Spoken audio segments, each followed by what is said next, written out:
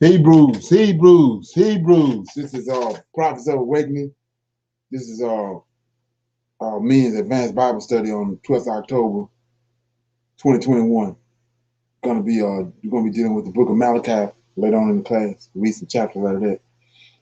This is a non-Messianic channel. We're dealing with the Tanakh, which is the Old Testament, and the Torah, the first 5 books of the Old Testament that was given to Moses on Mount Sinai. Shalom and welcome to everyone. We're going to do our moment of silence and our prayer, our songs, and then do a little current events, and then go into class. Okay? We're doing this moment of silence in regards to the Lord of hosts and all that he's doing to bring about our deliverance in these last days. Okay?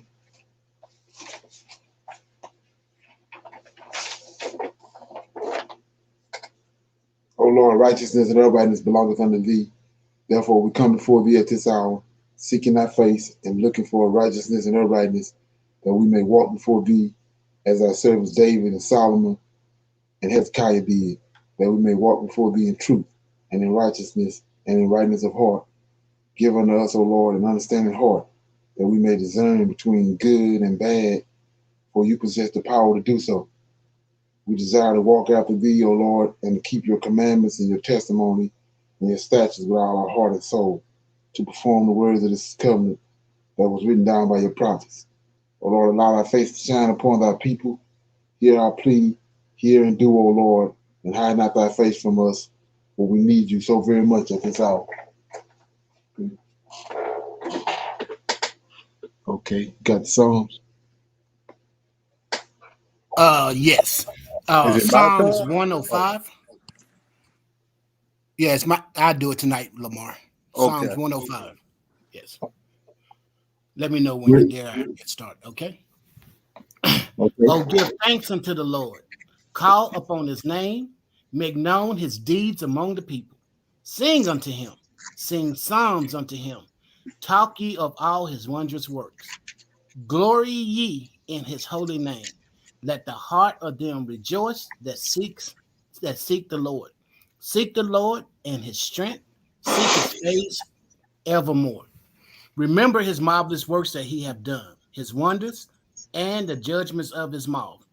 O ye seed of Abraham his servant, ye children of Jacob his chosen. He is the Lord our God. His judgments are in the earth. He hath remembered his covenant forever, the word which he hath commanded to 1,000 generations, which covenant he made with Abraham and his oath unto Isaac, and confirmed the same unto Jacob for a law, and to Israel for an everlasting covenant, saying, unto thee will I give the land of Canaan, the lot of your inheritance. When they were but a few men in number, yea, very few and strangers in it, when they went out from one nation to another, from one kingdom to another people, he suffered no man to do them wrong. Yea, he reproved kings for their sakes, saying, touch not my anointed, and do my prophets no harm. Moreover, he called for a famine upon the land. He brake the whole staff of bread. He sent a man before them, even Joseph, who was sold for a servant, whose feet they hurt with feathers. He was laid in irons. Until the time that his word came, the word of the Lord tried him. The king sent and loosed him, even the ruler of the people, and let him go free. He made him lord of his house and ruler of his substance, to bind his princes at his pleasure and teach his senators wisdom. Israel also came into Egypt, and Jacob sojourned in the land of Ham. And he increased his people greatly and made them stronger than their enemy. He turned a heart to hate his people, to deal subtilly with his servants. He sent Moses, his servant, and Aaron, whom he has chosen. They showed his signs among them and wonders in the land of Ham. He sent darkness and made it dark, and they rebelled not against his word. He turned their water into blood and slew their fish. Their land brought forth frogs in abundance in the chambers of their kings. He spake, and there came divers sorts of flies and lice in all their coasts. He gave them hail for rain and flaming fire in their land. He smote their vines also and their fig trees, and brake the trees of their coast.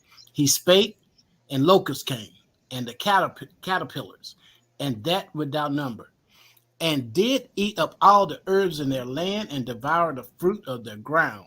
He smote also the firstborn in their land, the chief of all their strength.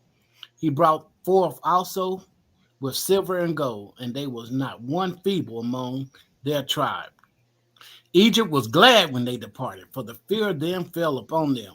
He spread a cloud for a covering and a fire to give them light in the night.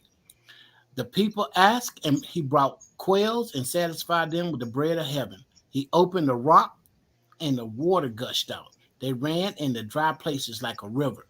For he remembered his holy promise, and Abraham his servant. And he brought forth his people with joy, and his chosen with gladness. And he gave them the lands of the heathen, and they inherited the labor of the people, that they might observe his statutes and keep his laws. Praise the Lord. All right. Okay. All right. So, this is basically a recount of the history of how Israel became a nation, from Okay. Abraham to leaving Egypt. But Okay. one verse that I want to bring forth is verse 5, where it says, "Remember his marvelous works that he have done, his wonders, and the judgments of his mouth." Right. I want to use a precept to reinforce that. If you could go to Deuteronomy 4, verse 34. Okay.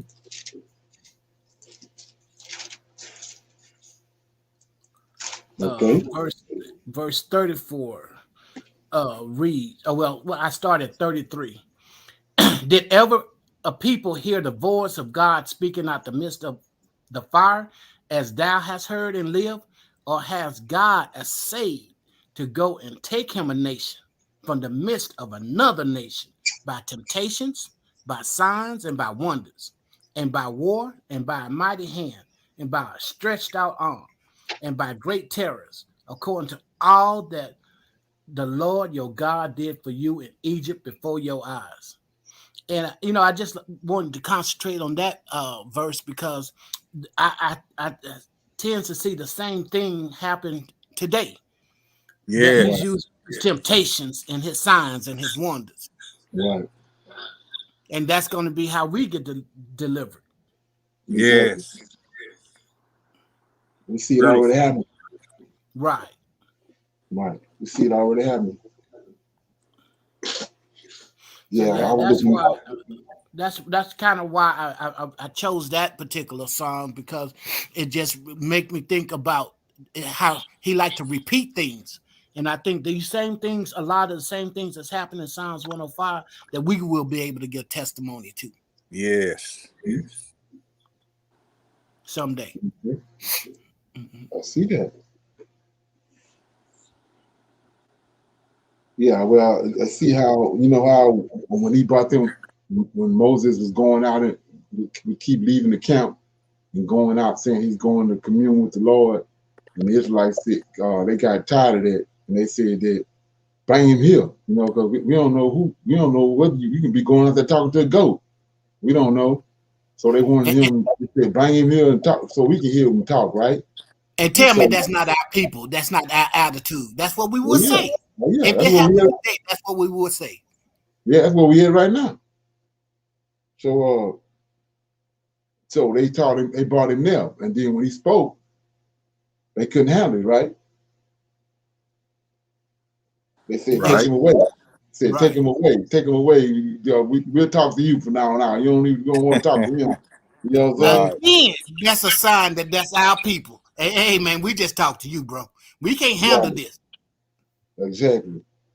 So my point for saying that is, if you look right in verse 33, okay, verse 32 says he gave them hail for rain and the flaming fire uh, in their land, right? Then 33, he smoked their vines, right? Also in their fig trees, and he break the trees of their coast. So that's like a hurricane, man. Yeah. You see that? Because Yeah. we see that all the time. When strong winds come, they break the trees, right? Right. Yeah, Yeah. yeah. And then And the flaming fire is lightning. right, and then also when he brought the locusts and all that, right? He said a strong east wind brought them in. Could that flaming fire also be volcanoes going off? Right, yeah, it could be, yeah, right, right. It sounds like to me, somewhat like what happened to Sodom and Gomorrah. Yep.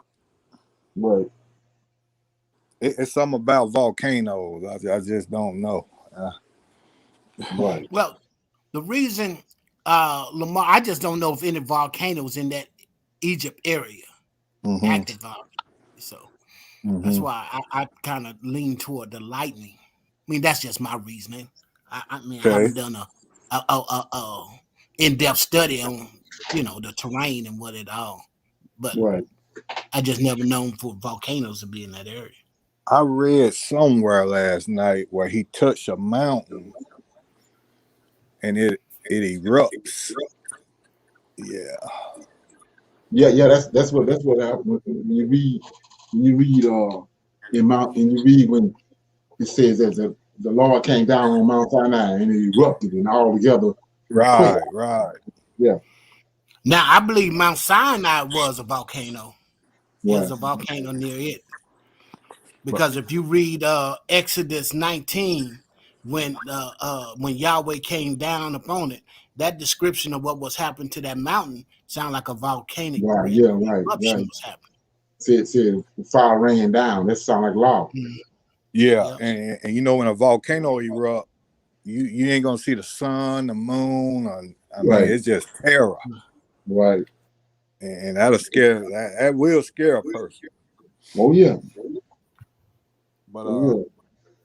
verse 37 stood out to me. And there was not a feeble person among their tribe, man. He raising up some warriors, man. He Right. Exactly. Yeah. raising up some real men and women. Yep. Right. Ain't that something? Yeah. Back to the volcano thing. If you go back and look at when else he sent those 7 angels down and they seized those fallen angels for sleeping with the women, he says that he bound them in the valleys in different parts of the earth, right? Right. So we go back to the beginning, and he said that the whole earth was covered with water. Then he caused dry land to come up out of the water, right? Right. Right. And he said that land was good, right? Right. So where the volcanoes come from? I believe it's where he buried those angels at, where he got those angels Yeah. down Yeah. Yeah. because it's got to be something causing it to be volatile in that same area, like Yellowstone. You know what I'm saying? Yeah. Man, when Yellowstone do erupt, it's gonna be something terrible, man. Oh yeah, exactly. And especially if the government don't if they don't call if they know it's about to go off and they don't evacuate, man, they say all the safest place gonna be on the east side of the Mississippi. Right. Yeah. The thing about that is, all of them that new Magic fault line, all that's tied to Yellowstone. Right. When the Yellowstone go off, all that's going off. And it's in Montana, right? Montana, a little bit of Yeah. Idaho, Right. Wyoming, up in them areas. Oh yeah. It ain't gonna be, man. Right. It ain't sitting there for GP. I know that. No. It's when you look at this, just me now. It talk about when it talk about a dark day and the sun won't be seen and the moon, man. I'm thinking about I'm thinking about a volcano myself. Right. Well, Yeah, he said Lamar, great shaking. you probably own something, because not only is it going to be those conditions, but it's going to say that fire is going to be about. Yeah, as fire. well. Yeah. So that's what a volcano spit out is: fire, lava. And look at all these volcanoes going off in Alaska, and what's that? Puma. That's in Spain. That's a European country. And Hawaii. Yeah. Hawaii. Yeah. Right. Man. Hey, Leonard, finish your thought about the fallen angels being volcanoes. Could be possibly where they Well, are in that. Well, you know how when they first started creating nuclear waste, they had to find somewhere to put it special. They put it in there, so they started putting it in these silos and stuff, right? Okay. And so that toxic waste started contaminating that ground, the area in the groundwater where they had it at. So it's the same thing. These fallen angels, they toxic. He didn't kill them. He didn't kill them because they was his sons, but he bound them in different parts of the earth. So that's a toxic situation, toxic being being placed somewhere, and then so he affecting the area where he at. That's the way I look at it. Okay. Like I said, for instance, he said that the whole earth was covered with water. He brought the land out, and the land was good. Well, how you get a desert? How you get the Sahara Desert? If the land was good when he brought it up out of the water. Right. So something happening, it's something there that's causing it to be like that, or something happened there that caused it to be like that. Right. That's that hot lava. Yeah. Right. And we know that he put him in a pit, bound him, and put him away. Right. Said throw stones on them where they can't see. Yeah.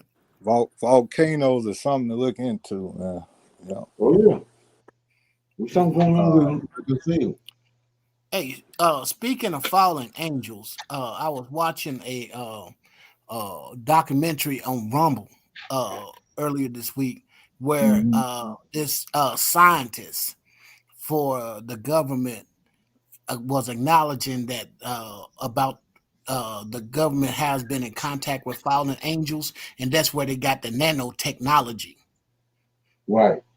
from. Yeah, I believe that. Those fallen angels. Yeah, I believe that. Mm-hmm. And I know that's something that we have discussed here on Prophets of Awakening, and to hear that, not that we needed any Edomite scientists to confirm anything, but just him coming forth with that information. I thought that was interesting. And he admit that that's information that they just don't share with the people. Right. That same documentary, yeah. Right.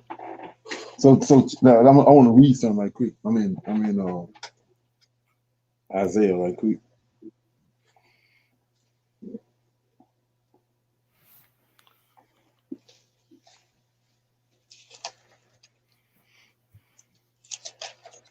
Yeah, I'm in Isaiah 14 and 29.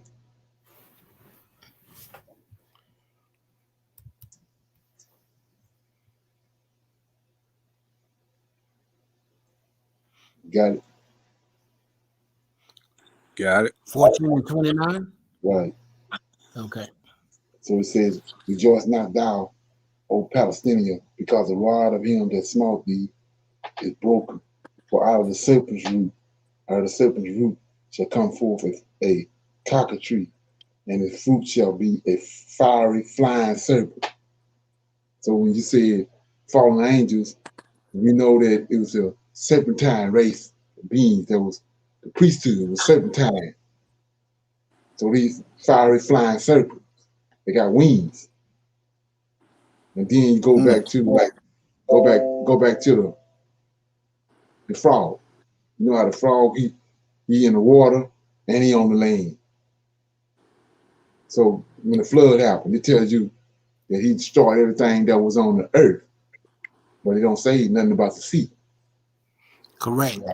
And then you go back to those like Dagon, the god they was worshiping over in Babylon and all that. And the story is that this serpentine being, amphibious like type being came up out the water and start giving them knowledge. And then when you look at that, there's places all over the earth we can't never go to dealing with the water. You know what I'm saying? The depth of the sea and all that, we can't deal with that. We can't. We don't have no access to it. And that's what they've been going all the way back to even before Columbus, back to Marco Polo. They got documentation of them seeing submerged, UFOs coming up out of the ocean. Just like you got UFOs, unidentified flying objects, they had unidentified submerged vehicles. So these serpentine beings, they've been there. They've been existing in these places where we can't even go. So I was saying all that was because of they saying since way back in the beginning of America's conception, even Hitler, those scientists that Hitler had, they was also had serpentine beings there with them. When they was doing all that, coming up with all that different stuff, they was out working side by side with serpentine, like 10-foot tall, 12-foot tall serpentine beings. Yeah. So, like I said, it's not a coincidence that it's a serpent that showed up in the garden. Right. You know what I'm saying? Right. And everybody, they looking over there, just like I said. And signs all over the place because I was showing you those women with those long necks. Right. Where that come from? There ain't no characteristic of us. Yeah. So that's we don't consider that. Yeah. Yeah, back to them volcanoes, Psalms 104, verse 32. Okay. He look on the earth and it trembles. He touches the hills and they smoke. Right. Yeah, exactly. Yeah. Right. It's all through there, but that's when I came to the conclusion that there was volcanoes too, because every time he says he touched the mountains and they run down with fire. Right. Right. So that's to me that's a volcano. Right. Okay. So the brother said cockatree is a dragon. Okay. But there's something. And that's what that's what they call that's what one of the names of Satan is. Lucifer is a dragon. The red dragon. But the thing I was saying about that is they got wings. And then they tell you that those the angels, those ones that carry the Most High throne, they got wings. Like I was saying, we don't connect that, the dots. But when we think that when those fallen angels, that those 200 that came down, or that 600, right. When they sinned, didn't he take away their ability to fly with the wings? Yeah, that's what I was saying. When you if you go back to I don't know, like I was saying before, I don't know if nobody watched it, but Grand Stoke Dracula. You ever seen that? I think I have. Okay, so like I said, we know movie, correct? Huh? That's the vampire movie, right? Yeah, right. But they made that one blockbuster one called Grand Stoke Dracula. Okay. It was like the 10 Commandments when they came out. It was blockbuster. They put a lot of money into it and special effects and stuff. Yeah. So anyway, on the movie, he can turn into a wolf. He can turn into this beast that look like Bigfoot. He can turn into a bat, turn into a fog. So ain't that what angels do? Right. Yeah. Shapeshift. Right. So. Right. So this guy, go ahead, Lamar. No, I'm agreeing. Right. Okay. So when you see that, and then on top of that, he got this, red. They always showing him with red. So anyway, with his red outfits and stuff on, his cape under the cape red. But so he this guy that had figured out how to, he was tracking him. He was trying to kill him, with the silver bullets. And so he had tracked him in his room. He saw the girl that got bit. So he know all he got to do is sit there and wait on him. He got to come there because that's where he's going to get his blood from.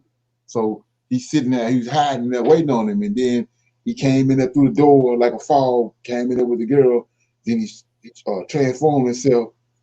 And then the guy came in there. When he came in there, he was hanging from the ceiling like a bat, but he was white, albino like, and he was hanging from the ceiling, but he had little bit drawed up, shriveled up wings. And then he came down from off the wall, and he's about 10, 12 feet tall. So what they tell you? He an angel, ain't he? Right, shape shift. Yeah. And his wings was drawed up, so that means he couldn't have seen no more. Okay. See what I'm saying? Right. He had those shriveled up wings. We know when they show us the pictures of Gabriel and Mike and all them, they got this big old set of wings, white wings, flapping this, like it says in Ezekiel. But he had his wings were shriveled up and dried up. But he was about 12 feet tall. So basically, it's not that they don't have wings; they just can't ascend into heaven. Right. Gotcha. Right. And if you came up in the country, you know how when the chicken coop, when the chicken keep on flying over there, you trim all his wings off. Right. Keep him from flying up out of the coop. But so he had it when they showed him. He stood up there and he hideous. And not only he's most time took the melanin out of him. So that old white they show you on all the movies, that old pale white. That's how he looked. And he said he told that guy. He told that guy. He said, "You can't do nothing with me." He said, "I was here in the beginning. You can't do nothing with me." But nobody listening to that. Nobody hearing what he's saying. He said, "You can't do nothing with me. I was here from the beginning." And then he just turned into like 1,000 rats. And they just fell to the ground and ran everywhere. Yeah. So that's an angel all day long. Yeah. That's an angel all day long. They trying to, what I'm saying? When you understand what's going on, when he's doing all this shape shift, that's an angel. That's an angelic being. Ain't that something? Yeah. Yeah, when you see that, man, it's gonna blow you away because, like I said, with all the information we done got now, back in the day, we didn't know all that stuff. So Esau know, but we sitting there though, we didn't know. Yeah. Then one of the things was I told you he can transform into this hideous beast, this hairy beast, but he got red hair. This hairy beast got blood red hair, right? And then he's sleeping with this girl in his garden in the movie. You know how they have those big old castles with the big garden to it. So he's out there in his garden sleeping with this girl, but he in the form of this big old red hairy beast. Oh, okay. So is that symbolic of the Garden of Eden and Eve? Well, yeah, that is to me is that, and remember Esau came out red and hair all over, red hair. You know what I'm saying? Okay. Yep. Yeah. And then I was talking to somebody a couple of days ago too. They was mentioning about how that this place was awash with red-headed giants all over North and South America. Anybody heard that? Yes. Yeah, I've heard. Mm-hmm. Yeah, they found they got the what they call that. I can't think of this institution that been collecting every time somebody finds some giant bones, they come in and get them and take them and throw them away or dump them in the ocean. Smithsonian. Yeah, Smithsonian. Right. Exactly. Smithsonian. Yeah. Mm-hmm. I guess so. Yep. So you was online yesterday, Andre? Yeah, I was listening in the background while I was at work. Yes. Yeah. What you think about that thing going on in Miami? Well, actually, man, this is what I was listening to when I was when it's going on. I like what they are talking about. Me myself, I'm about. We need action. We need to make sure it follows through. That's where I'm at. You know, there's been, I want to say there's been other efforts to do such, but it just don't seem like it comes to fruition. Right. But start with a bang. Right. So I hope the Lord of hosts is with this, just so that things get on the move. Because man, it's getting dire straits in being in this country. Right. Exactly. We're seeing more and more of our sisters are getting kidnapped and killed. Right. And that's going along with all the police brutality that we suffer and the racial injustice that we suffer. I mean, it's hard each day waking up and see more and more of our people under oppression, affliction, and persecution like we see each and every day. Right. Exactly. And that's something? I hope it comes to fruition, man. So, forgive me if I seem not as motivated or a little doubtful. I just know that, sometimes we talk a lot of what we want to do, but for some reason it just doesn't pop off. And I just hope this time it's pop off. Right. Yeah. I was looking at it. I see where you're coming from. I was looking at it as, remember when it was time for us to go in Egypt, and he said when Moses came back, just like Lamar was saying, how that we're at the end of the 400 years, right? When that 2019 came, it's like a shift happened, right? So you can compare that to Moses left the burning bush. When Moses left that burning bush, came back, and he called the Pharaoh out. Once he called the Pharaoh out, he said that our affliction increased. Mm-hmm. Right? So we see, like he's saying in 2019, that shift happened. Well, ain't these Karens and everybody popping up everywhere? Everywhere. Yes. Right. So that means, so our captivity is at the end because affliction increased. Yeah. It was only for a minute. It was only for a minute, long enough for the Most High to get our oppressor's mind right. And yeah, and I guess that's where I'm at with it, because you see so much increasing right now, and it just, man, you like, how much more can we stomach at this people? Yeah, trust me, brothers. It's time to go. I want to be one of the first ones to get out of here. Trust me. Too, bro. But I just can't stand for no more good talk. No. Here's the thing with me. I think a lot. The 400 years is fine, but they overlooking verse 14. Judgment. Then we leave with great substance, and but I'm happy to see I do see that the Most High is putting it in their spirits, right, and they're welcoming us back, and but still we got to stay here for the judgment. I think we gonna see this place fall, and it's gonna be a rejoiceful time, and he. I mean, like Deuteronomy 30:7, he gonna put these curses on them. Right. We witnessing that now. We can see the transfer. It's starting to transfer already. Exactly. It's been a shift in the paradigm. It's the first going to be last, and the last. It's been a shift. Right. Yeah, no doubt, Lamar. We're going to see the mighty hand and the stretched out arm. Yeah. We're going to see his power at work. Right. We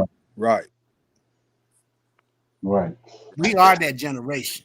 Yes, we are. It's no future generation. It's this generation. It's this generation. I agree. 100.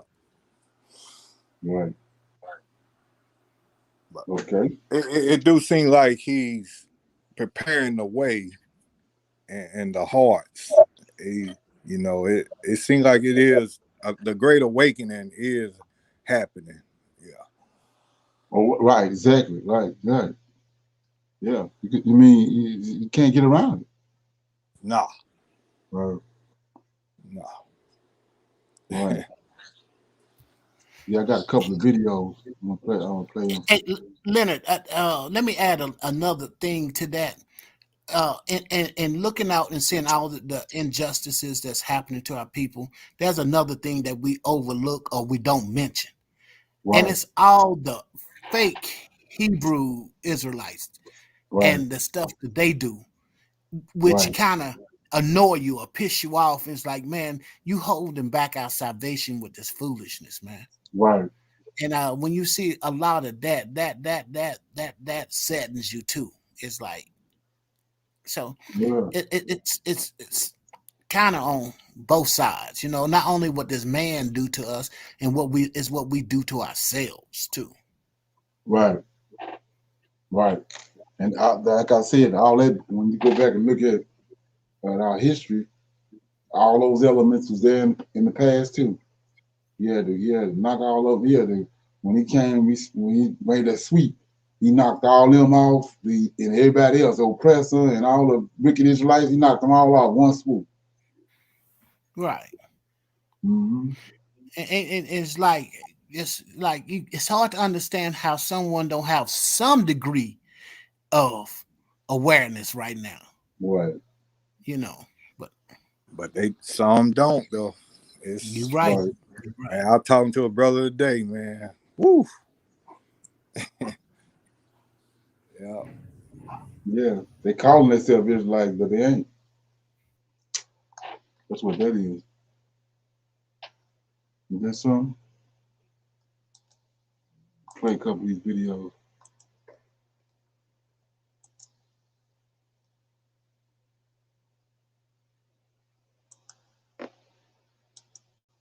Yeah, can you see that?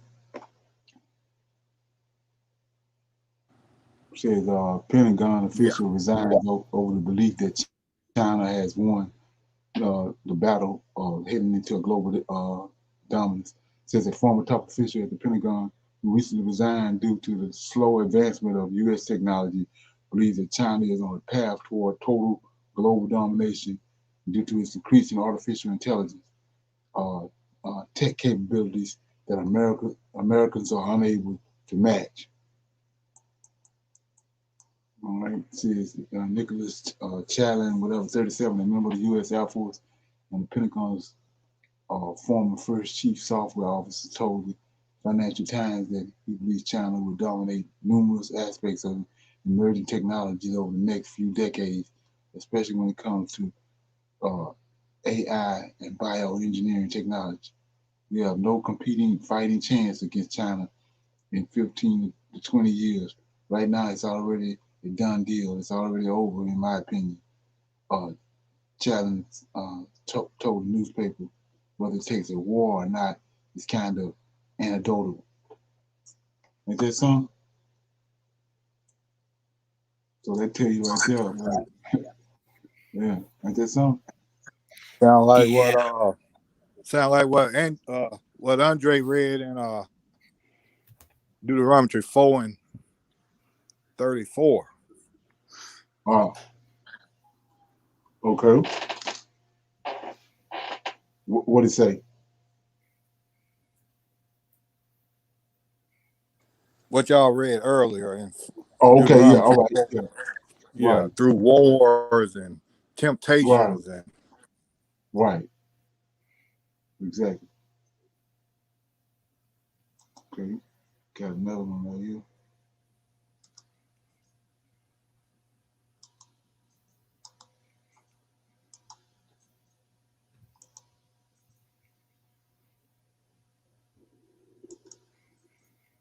Like he said, we on the verge of war. It says Russia says Taiwan is part of China.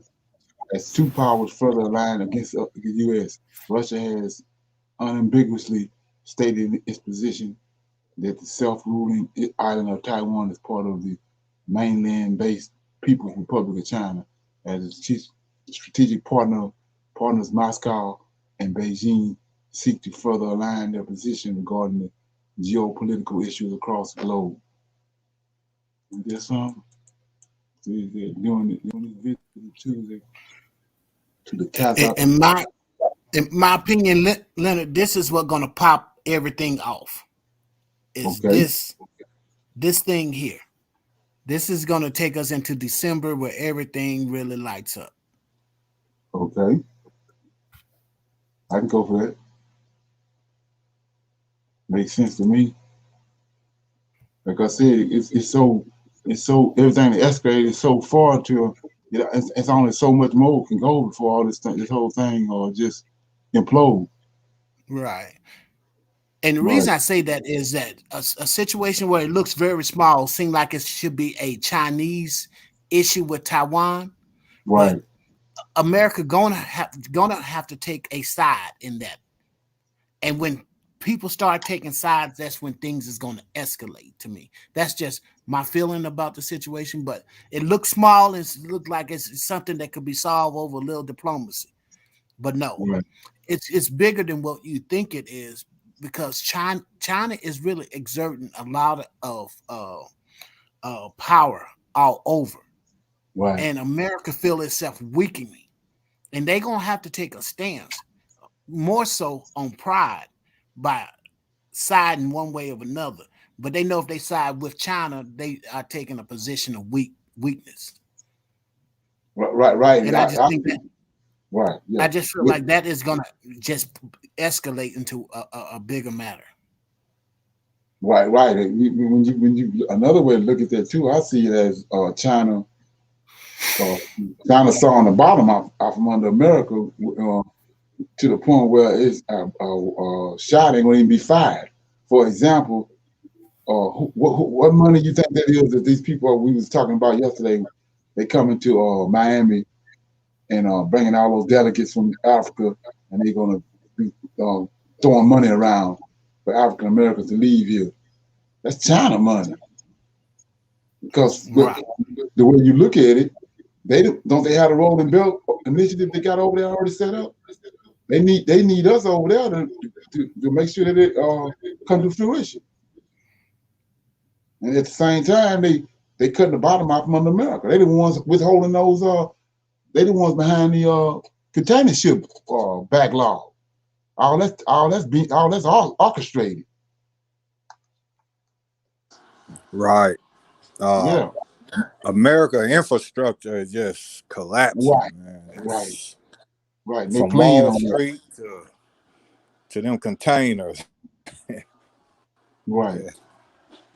Yeah, I was talking earlier too with somebody about the when second Ezra, the Lord of Hosts explained the second Ezra, he went more in depth about the fourth beast than he did with Daniel. And he said at the very end it was 3 heads reserved for the fourth. 3 heads was reserved at the end for the fourth beast. And so we're looking at Russia, China, and America. Right. And another way to look at it, because we see America going off the scene, so Russia, China, and Israel. Because if you go back to the prophecy, when they was born, Jacob grabbed a hold of Esau's heel. So at the very end, Esau ruling because Jacob grabbed a hold of his heel. So the end of this world is Esau, and the beginning of the world to come is Jacob. So at the end of this world, Esau gonna be ruling. Right. Right. So however this go down, however this end up, Esau gonna be ruling. Go ahead. Do you think Esau? You think Israel will turn its back on the United Snakes? Oh yeah, right. Yeah, he got like when you look at it, when you go back and think about the bankers, these are international bankers, these Illuminati bankers. That's Edomites. That's the Rothschilds. Okay, right. Well we see right now with all the hype they're talking about how China rising and all this, but China right now is in a serious debt crisis with just like America was in 2008. Right. And Russia too. So when you look at it, it's Esau behind the scenes. He disassembling all these nations. When you look up, you think it's going to be China or this and that. It's going to be him. So the scripture tell you that he's going to be one ruling. So he's already teaming up with China. Right. You using him as a patsy though. He using China as a patsy. Right. Got it. Yeah, it makes sense. Right. Yeah. Because he a pro at collapsing economies. Yeah, they milked America. Right. They got all they can get out of America. It's right. It's finna Right. It's gonna fall from the inside. Yeah. Right. Yeah. They don't need no more. Right. Yeah. Like a Frankenstein monster. They don't need no more. Wow. And there's something. Yeah, that's deep. Right. Yeah, Esau has taken that hunter mentality into the financial world. Right. And have exactly. Mastered it. Had to be a hunter in finances. Right. And when you go back and do your research, I was just reading where it's saying that the guy said he quit because of the technology that the Chinese had. No, that's the Edomites. The Edomites the one got all the technology over there in Israel. That's who got all the technology. They getting all their technology from Israel. All their technology, even weapons. All the weapons that's being sold all around the world coming out of Israel. Yeah. Funny you said that, because I was about to make a point about what you're saying. They got all the money and all this and that.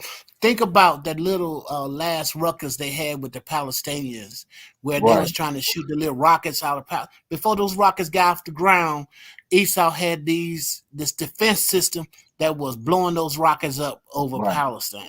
Exactly. You know, so they got all the weaponry, money right there. Right. So Palestine don't have a chance when it comes to Israel. They can wipe them out any moment now. Right. And he got it, like I said, he got everybody fooled thinking that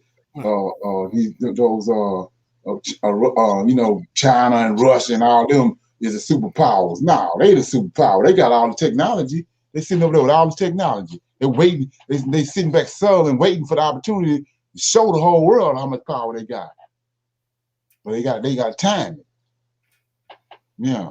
I was looking at this article. I think it was first of the year when it tripped me out because it said that Israel got the #1 Air Force. Yes. Ain't that something? Yeah. What you mean? Yeah, it's crazy. Yeah. Ain't that something? Now think about that. They've been a state since when? 1948, 1945, 1940. Right, exactly. And they got the #1 Air Force? Right. #1 Air Force. Oh, yeah. Yep. And then remember what happened in 2008? That big old money grab. Who you think got all that money? Right. Edomite bankers. They didn't want. They robbed the American economy, the world economy in 2008. And they paying for it now. Yeah. Right. Was that something? And they about to repeat itself again. Right. Oh yeah. Every 7 years. Yeah, they greedy. Yeah. Because in 2015 they had a recessive economy, and now it's about to turn 2022. Right. Yeah, that's how he operating. He operating under Most High's ordinances. Right. But in wickedness. Yeah. So this is a war. Right. Yeah. That's the hook. That's how you gonna get him over in Armageddon. Yeah. With each passing week, it looks like the World War III is between America and China. It's coming sooner than we think, but it is not going to be fought with bullets or aircraft carriers, despite the Chinese building up their military in an aggressive, threatening way. Yeah. Okay. You see, it will more likely be an all-out economic war. Like I was saying, see, they behind the scenes doing all this stuff to cause America to collapse. Like I said, those are intentional with those container ships, holding back all the goods and stuff like something. You know what I'm saying? They behind all that. Those bankers, they know just how to do it. So for global, the yuan versus the dollar, the NASDAQ composite versus the Shanghai Stock Exchange. Meanwhile, America is asleep at the switch, or at least the Biden administration is. It is the worst possible time to raise tax rates on companies, or business tax rates would be higher than the Chinese under Biden's plan, dismantling energy, right? So they all, it's Esau. He behind all this. Like I said, you know, jail collapses country. Go ahead. Sound like he playing them both. Yeah, sound like he playing them both. Yeah, he is. He is. And the whole world too. Right. Exactly. I don't know, man. I think they got Biden as they the puppet master and Biden is the puppet. You know what I'm saying? Oh, right. It's they running him. He's the yes man. He's the he's doing what they whatever they want him to do. Right. Yeah. That's one of those things I was saying about connecting the dots. You think that's a coincidence? And when Trump was in there, they had all these rumors going around him tied to Russia, right? Right. Now all of a sudden, before Biden go in there, his son tied to China. You think that's a coincidence? Right. Yeah, right. They didn't bought. They bought and paid for it. Yeah. Ain't that something? Yeah. Okay. Yeah. I thought this right here. And poor Kamala, they must have put a muzzle on her. She don't have anything to say, man. I mean, right. Yeah, they say she not too knowledgeable of you know, the position they got her in. She's not too knowledgeable. That's something. Wow. Check this out.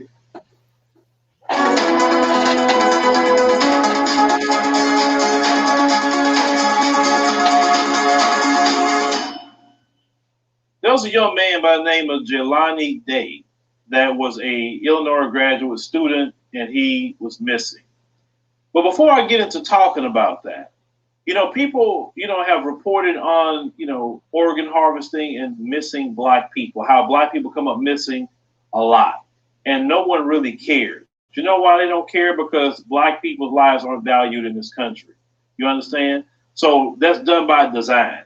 Because if you can devalue the life of Black people, no one will care if you're missing. No one will care if something going on with you, if you're not educated right, if you're not eating right, if you're not having the right health care. It's all done by design. Everything in this white supremacist Babylon system is used to devalue the life of Black people, whether it's the police, whether it's the media, whether it's the court system, entertainment, sports. It don't matter what it is. The movie industry is always going to devalue the life of Black people because if they have this little thing they want you to be is more so a court jester and maybe just a worker, and that's it. Other than that, your life is expendable. Okay? So when people talk about organ harvesting, some people want to say, oh, well, that's kind of conspiracy theory. No, it's not. Now, before I get into talking about Jelani Day, let's look at two stories where the FBI and police got involved with finding body parts in warehouses. Let's go ahead and roll those two clips. Described as unsettling, but it sounds a whole lot worse. One FBI agent revealing what it was really like inside the Phoenix body donation facility.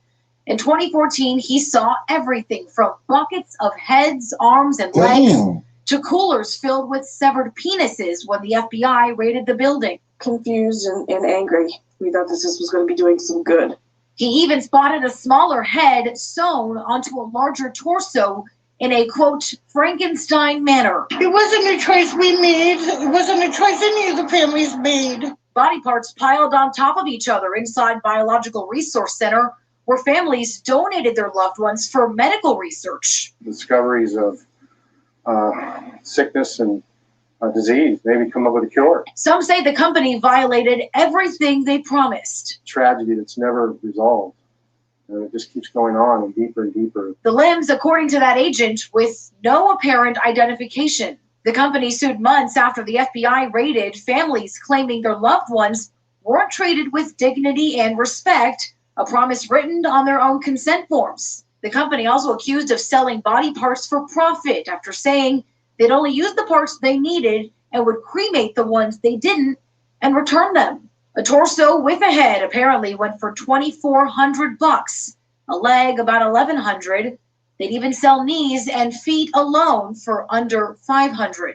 Why were you stockpiling hundreds of human body parts here, sir? That's Art Rathburn. And remember his business 13 months ago? For 2 days, federal investigators dressed in hazmat suits removed body parts of 1,000 different people. Arms, legs, heads cut up and kept on ice, not embalmed, so they would be fresh for the black market. Today, the rundown warehouse on Detroit's east side is shuttered and up for sale. Sources say Rathbun's seized records led them to the Chicago area today, a business called Biological Resource Center in Rosemont.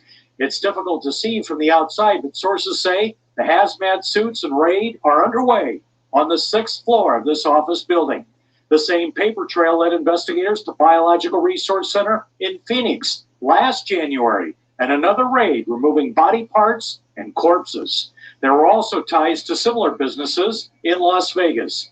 Since these dealt directly with the public, families were left without answers. Julie donated her husband Steve's body and was promised his cremated remains back in a month. Confused and angry. We thought this was going to be doing some good.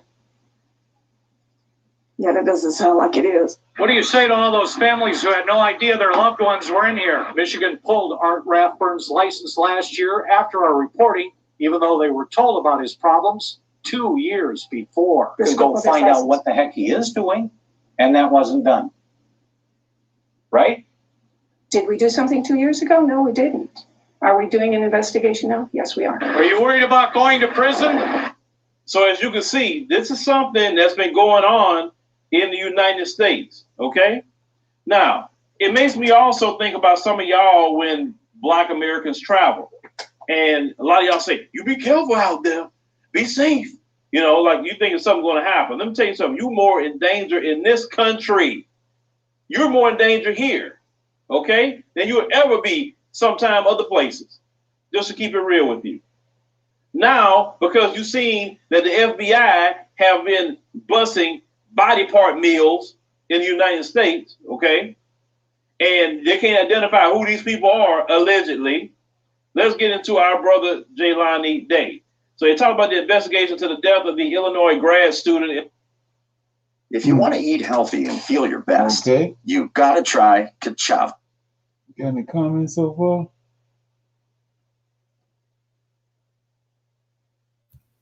Yeah, what the brother was saying that we're in more danger in this country than anywhere else. It make you think of the Psalms 23 when it says something to the effect, in the valley of the land of the shadow of death. Right. Exactly. So yeah. So we're in the valley of the shadow of death constantly in this land. Oh yeah, got that right. Right. Is that something? Yep. Have said that they see the circumstances as unusual. They say the mystery surrounding his death grows. They say as his family has said that they suspect foul play. They say amid the investigation, a recent report came out that Jelani's body had no organs when it was found. Now, a report by the Chicago Sun-Times has stated that Day's corpse had no eyeballs. Listen to this, no eyeballs. Wow. It had only sockets. The body was reportedly missing its front, top, and bottom teeth. An autopsy performed by a private forensic pathologist suggested that the jawbone had been sawed out. Listen to this. Day's family and the attorney has said they could not find no brain, no liver, no spleen, no organs. And according to the pathology report, the organs were completely liquefied. The genitalia was unidentifiable. Now, attorney Hallie M. Benzer, that she said that they were seeking scientific explanations for the severity of the decomposed body of Day. They say before Day's body was discovered, his mother expressed her distress because of the limited coverage of their son's case. Now, Carmen Day said, I was very frustrated with the fact that Jelani hadn't been getting the coverage. And Jelani would not get the coverage because, once again, our lives don't matter and our lives aren't valued. It's going to take Black media to start covering this. And it's who, me and all of y'all. We have to start covering these stories when Black people going missing. You can start anywhere, just in your area or something that people just need to find out about, right? Now, it said Jelani had been missing for 24 days, and she said it appears that help has ceased. She said she was imploring and pleading and was asking the police to still pay attention and look for my son. That's what she was saying. Now, they said that she cited Gabby Petito's case and added her face is plastered everywhere and the FBI is involved, but I don't understand why Jelani doesn't get the same coverage. Jelani doesn't get the same attention. Once again, Gabby is white. Your son is black. When have you ever seen them be so in a hurry to find a black person? Never. Okay? So they say the Illinois State University student went missing on August 25th. They say, but only gained attention much later after the massive interest in the case of Gabby Petito. The 25-year-old body was found floating in the Illinois River, but it took 19 days to identify. It said sparking furious backlash on social media over the difference between the case of a white person and a black person. Let me tell y'all something. For years, I've been paying attention to these stories. So the reason why I started off with these, videos with the local media and the FBI finding body parts is because we want to knock out the people that want to come in and try to say conspiracy theory, right? From what I've seen over the years, you got to think of stories like Kendrick Johnson. That brother was rolled up in a mat, but then when they did the autopsy on his body, he was stuffed full of newspaper with no organ. You have to understand, you live in a wicked and evil country, full of the devil. The white supremacist is the devil that the Bible speaks of. This is his system, understand? Black folks don't have no body meals anywhere. That's not how we get down.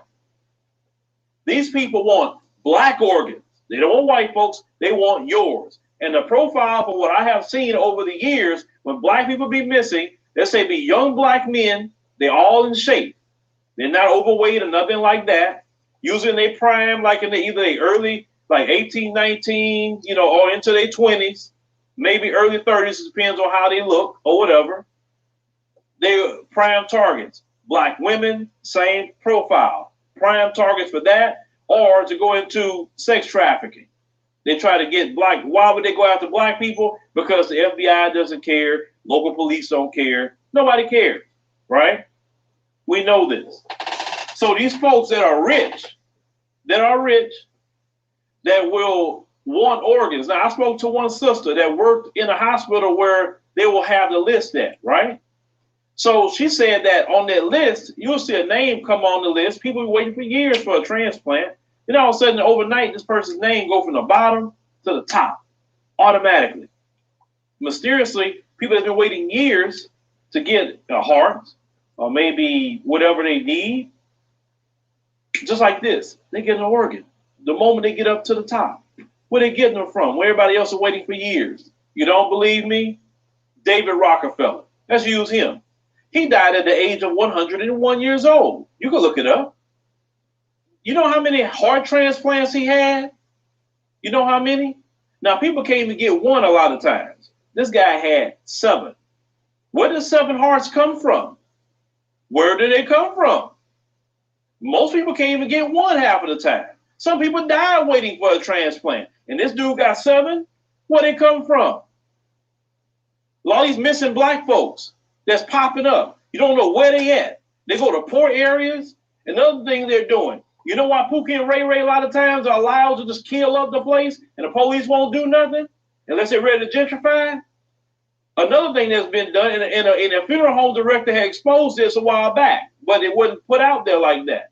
He said that what they do is when those bodies are brought in to those funeral homes. Looking for a lifeline in these tough times? Well, forget about stocks, real estate, crypto.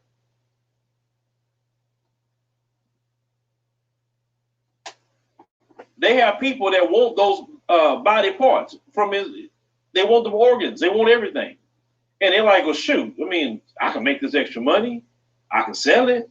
Hey, let me make this money real quick. We just burying them anyway. Why don't I bury them with all them parts? And I can make this lick on top of the insurance money I'm making. That's going on. Another thing that's going on as well. I'm not a fan of clubs. I don't like them because a lot of evil go on in clubs too.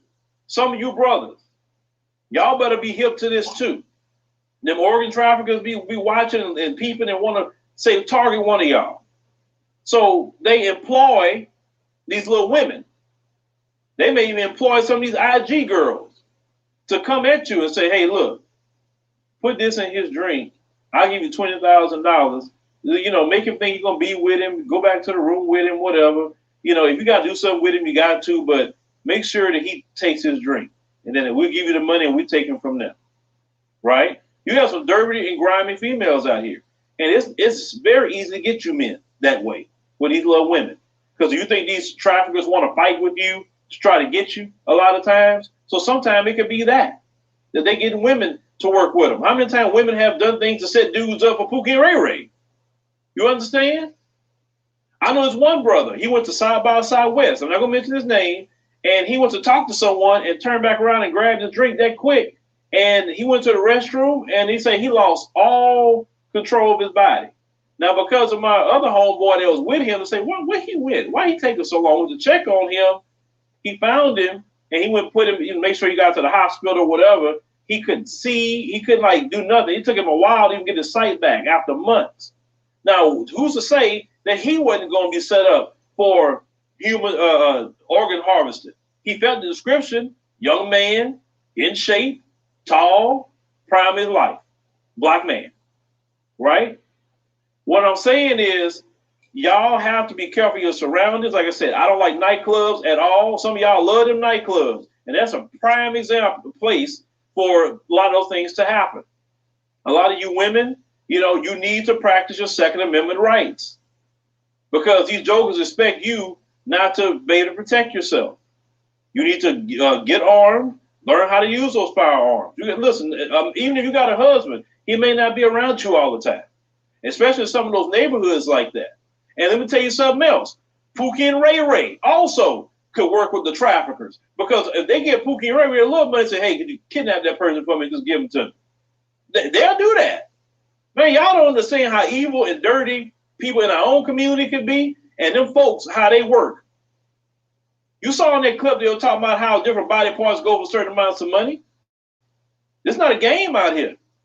You live, when we call this place Babylon, we call this place wicked, and this place deserves the harsh judgment of God, is because of what you're seeing. These people not only doing this, but they're doing a whole lot of things in other countries that you're not even paying attention to, or don't even know what they have done. Everywhere they go, they carry the evil with them. Okay. Any comments on that? You telling the truth. Yeah, ain't that something? Yeah, it's people we see every day, man. And you know them professional surgeons, man. They can get a kidney out of you in no time. Right, yeah. Before you fall to the ground. Yeah, with a scalpel, yeah. Oh, yeah. Man, it's funny that you played that video, man. I was Sunday, I was watching this drama series called Saints and Sinners. I don't know if you guys have seen that. I heard of it. Season 5, that's what they dealing with, is organ trafficking. Okay. Yeah. Young black women they bring them into the hospital and kill them, you know, dope them up and take their organs out of them. That's funny. What's the name of that? Saints and Sinners. Okay. This is in season 5 that this is happening. Yeah. Okay. I'm gonna check that out. Okay. Is that something? Wow. Right. Yeah, I'm open. Wickedness on this earth has no limits. Right. Yeah, it's a big sign too that, you know, we're at the very end. Yeah. I'm gonna open up for some Q&A before I'm gonna read out. I'm gonna read a couple chapters out of Malachi. Anybody got anything they want to discuss or came across they want to talk about? Yeah, I have a question, Leonard. Last Tuesday on the men's class, you know, you brought out that the Jacob wrestled with Peniel. Right. So I had a thought on that since then. Peniel was the name of that angel, or Phanuel. Right. How is that related to the pineal gland? Is that name associated with the pineal gland? Well, when you go, I was telling you about the New Testament. When you understand the breakdown of the New Testament, they got the New Testament. It's a collaboration of Buddhism, Egypt, the mystery system. That's why Paul keeps always talking about he got a mystery. He got a mystery here, a mystery there. All that's come out of most. I don't deal with no mystery.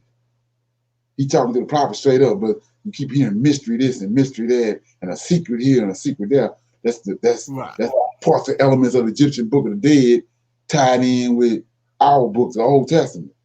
They done fuse all that together. That's like at the end of, if you notice at the end of all the books in the New Testament, it's got a moon, a mean. That's not, you know what I'm saying? You don't see that in the Old Testament.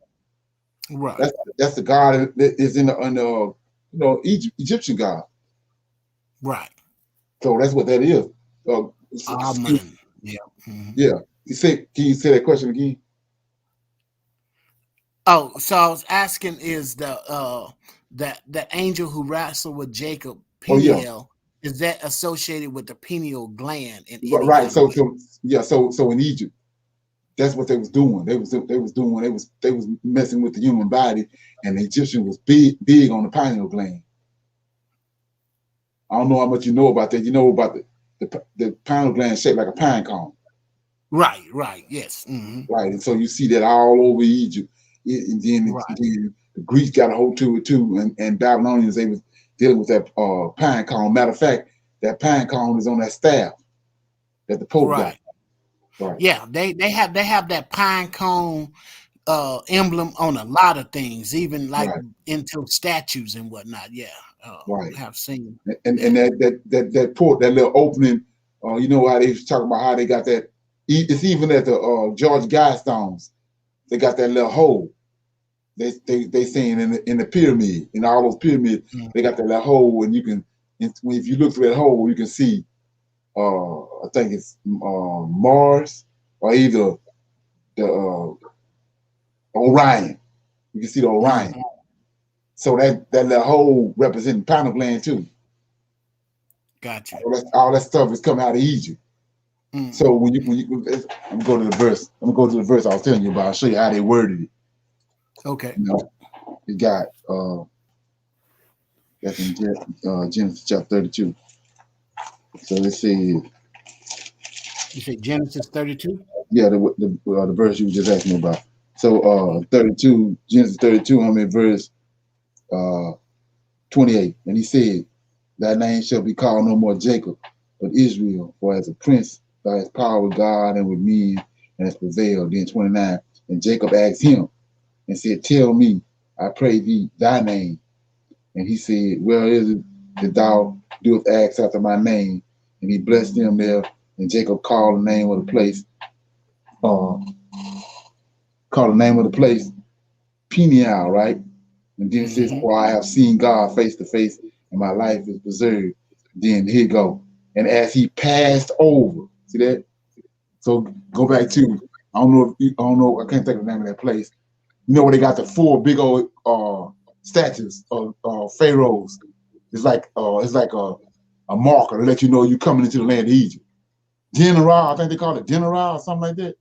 You know what I'm talking about? No. They got the 4 big old statues. I think it's the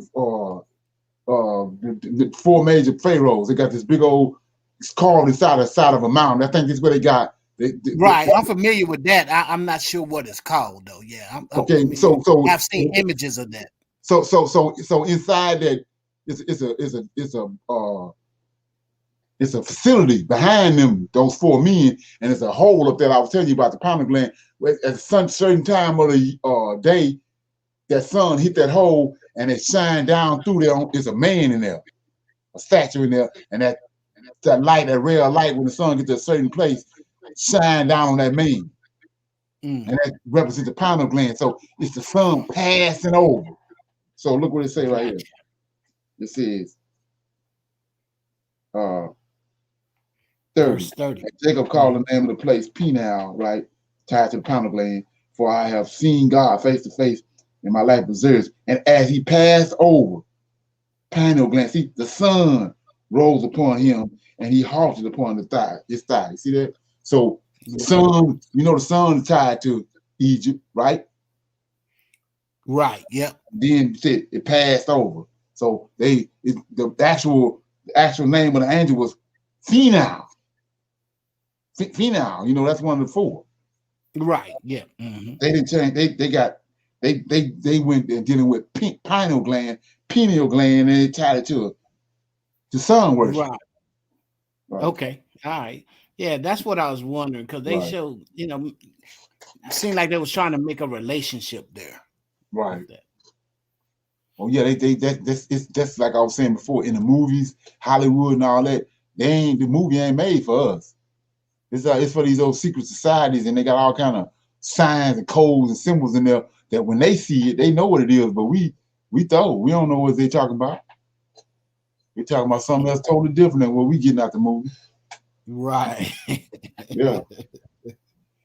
Like I was saying, watching it for laughs and giggles. They watching it for right. They sending messages out, right? So yeah, like I was saying before, you'll see what I'm saying when you watch that Bram Stoker Dracula and watch that scene with the beast in the sleep with the woman in the you know, and then, like I said, red hair. He ain't just got red hair. He got red hair, just like all them red-haired giants. And then he got the piercing blue eyes. Oh yeah, and they show you all that. Show the whole sex scene, all that. They ain't for us. You know what I'm saying? Right.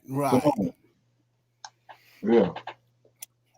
Hey, something else that I came across since we last got together, something, and you mentioned it earlier about the fallen angels using UFOs to travel, you know, through water, coming in and out of water. I was looking at some hieroglyphs of Pharaoh Seti, Seti, and on the hieroglyphs you see a picture of an airplane, a spaceship, and a submarine. Right. How would those ancient Egyptians know about all those modes of travel?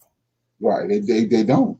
That's what I was saying. That's what I was saying about it. Those fallen angels came down, and when they weren't able to ascend, you got these highly intelligent beings down here that can't leave.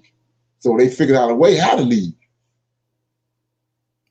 That's why I said, as long as they was here, you had Atlantis, you had Gomorrah, all them cities, all them ancient cities they talk about, these supernatural cities, that's where they was at. But no sooner than they figured out a way how to get out of here, then you don't see them no more. The cities disappeared. Right. And like I said, they down in the ocean. Okay. You ever seen the movie The Abyss? The Abyss. Yeah, check that out, man. Yeah, okay, I have to check that one out too. Right. It was they kept on having all this activity going around in a certain area out in the Atlantic. And so they started trying to investigate it. It was going all down with submarines and all that. And then the guy stumbled upon, he went to a depth where nobody else went before. And he saw a whole city down there. Saw these, like I said, reptile looking beings walking around on the bottom of the ocean. And then anyway, so they ended up following them and dealing with them some kind of way. Anyway, when they discovered them, the whole place was a spaceship. And when they discovered them, then they unattached, or however they had it down there. They unattached, and the whole thing came up to the surface, and it was like, you know, miles wide. And it just came up to the surface, and then just, you know, then all of a sudden it just took off and left. And that's so when you look at that, it's no other place that can exist except in the oceans, because that's the last frontier. We can't go down there. Right. We can only go to certain depths. But they, you know, they being who they are, supernatural beings, they can go down there and exist down there, unabated by us. And like I say, it's always reptilian or serpentine type beings. Right. That's what came here.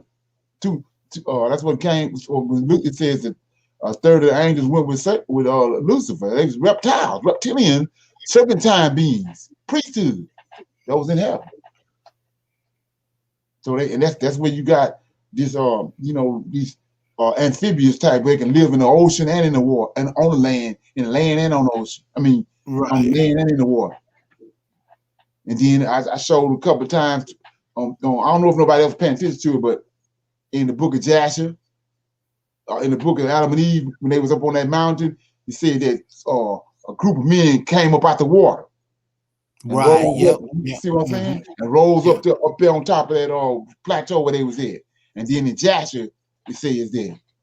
And then when you go through and look through all the history, the folklore, they talk about beings that came up out the water and gave them information, walked up on the water, like Poseidon and Dogon, all them beings that came up out the water. Yeah. Yep. Okay. Yeah. I thought that was interesting, though.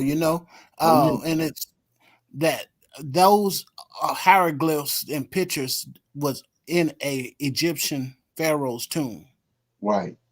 Exactly. Yeah. And then also too, when they talk about that race of the tribe of Africans called the Dogons, and they talk about how they knew how to map out this Sirius and how to how to plot it all from the sky from astrological perspective. So evidently they might have been going there. You know what I'm saying? The beings might have been taking them off. Because how else would they know all that? Well, if you doing a little more research, this is some research I did in the past. India has a recorded history of air flight. Part of their religious text is part of that book is dedicated to how to fly their flying machines.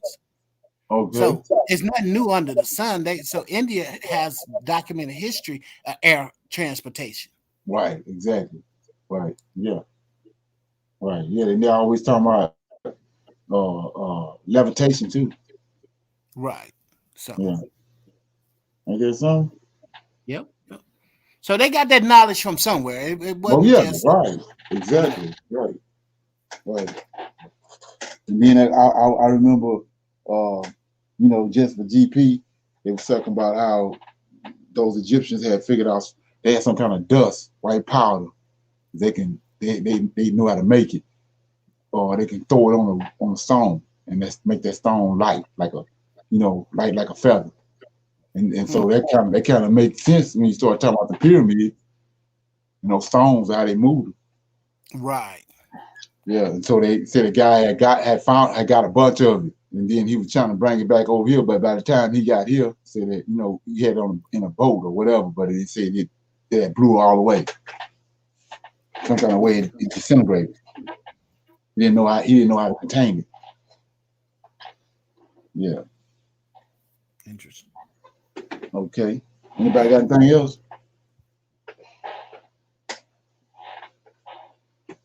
Okay, I'm gonna read a couple chapters out of Malachi. Close out.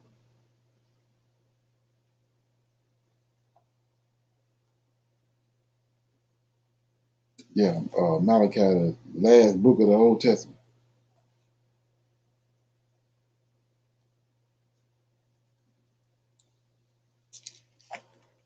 Yeah, that's what I was talking about. That in all the Bible, I was telling you about the Library of Alexandria and how all those Edomites was in Alexandria. That's where all these books, canonized books, came from the New Testament.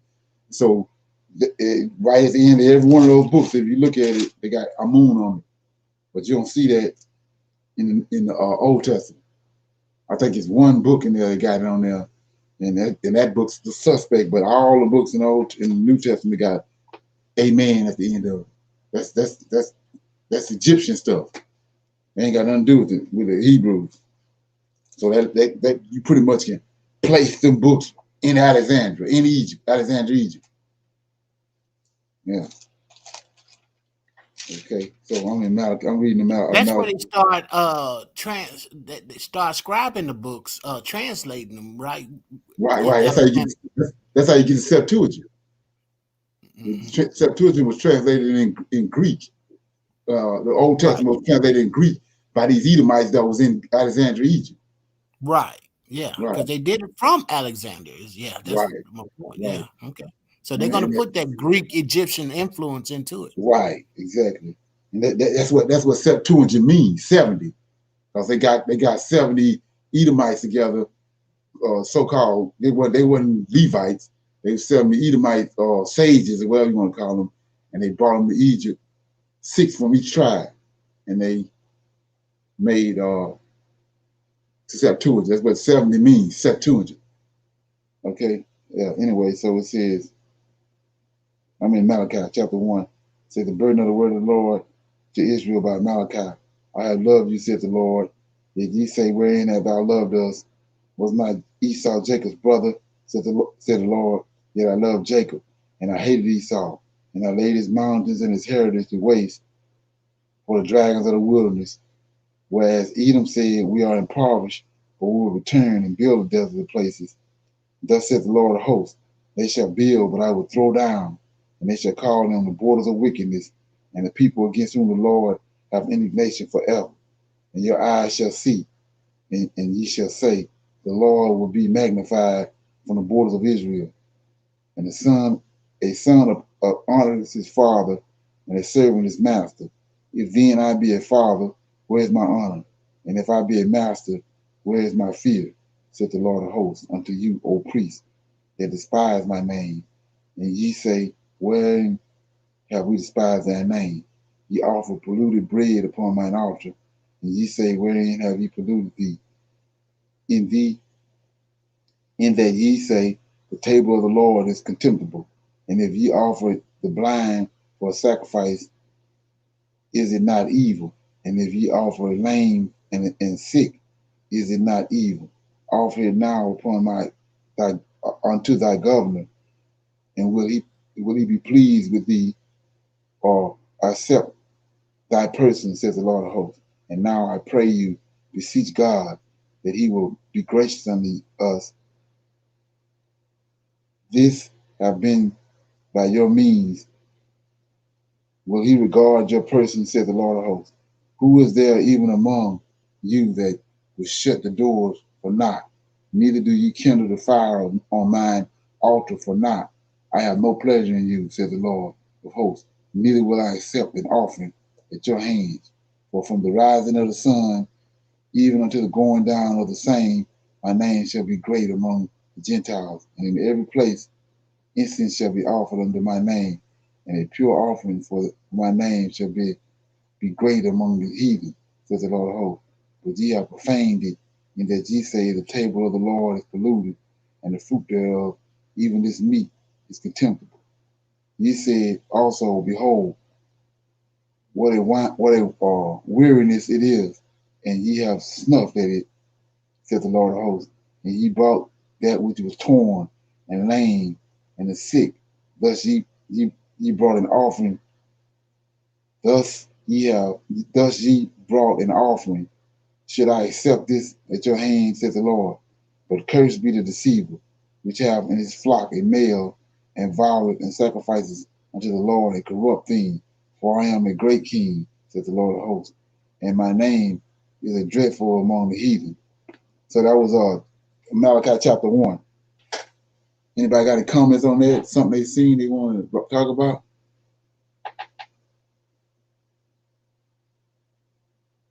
I'm gonna say this, Leonard.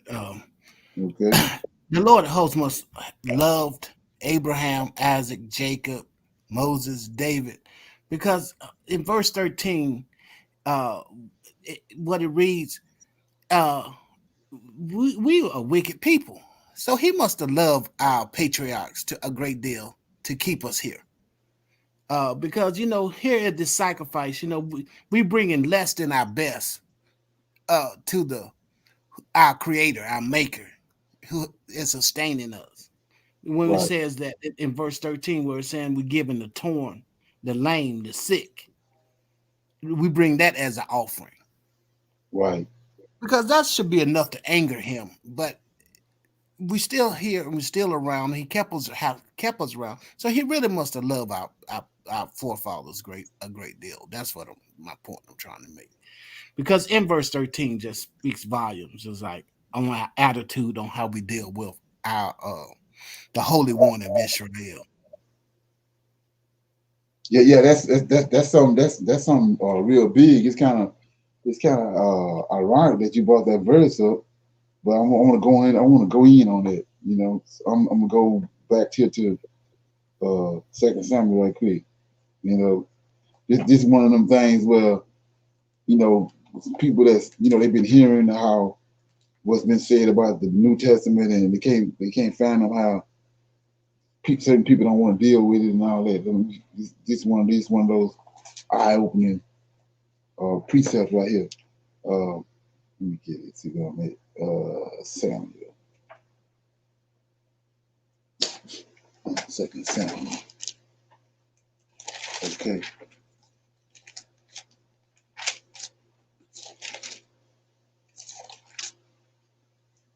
Yeah, I'm in 2 Samuel chapter 5, verse 6. You there?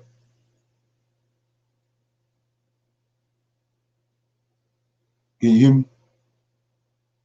Yeah, we hear you. Yes, I got it. Mm-hmm. I'm in 2 Samuel chapter 6. So what's going on? David taking Zion. This was a Canaanite city, and I was telling you how the Canaanites came. All these 7 nations that's in the land of Israel, when they got there, the reason why the Most High is annihilating them was their ordinances from the fallen angels. And then so when you mix angelic DNA with human DNA, you get all these defects, humpback, lame, all that. So Most High ain't trying to heal that. He ain't trying to heal that. You know what? You know the origins of it is. So let's read it. I'm in verse 6, chapter 5, verse 6.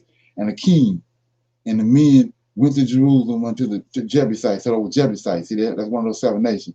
The inhabitants of the land, which spake unto David, saying, except thou take away the land. See that? They got these defects.